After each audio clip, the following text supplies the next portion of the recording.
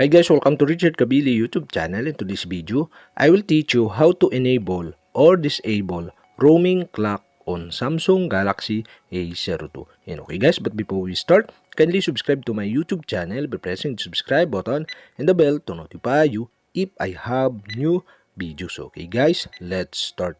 So okay guys, you'll have to do is go to setting in your Samsung Galaxy A02. In settings, scroll down and find the lock screen. Okay, tap this. In lock screen, you can see the roaming clock, and on the right side you can see the switch button. And okay guys, to enable the roaming clock, you'll have to do is switch on the switch button on the right side. And okay guys, that's it. We have successfully enabled the roaming clock.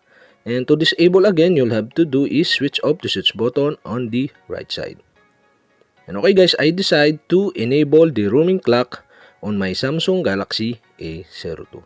And okay guys, that's it. We have successfully enabled or disabled roaming clock on Samsung Galaxy A02.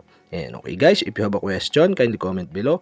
And don't forget to hit the subscribe button and the bell to notify you if I have new videos. Okay guys, thank you for watching.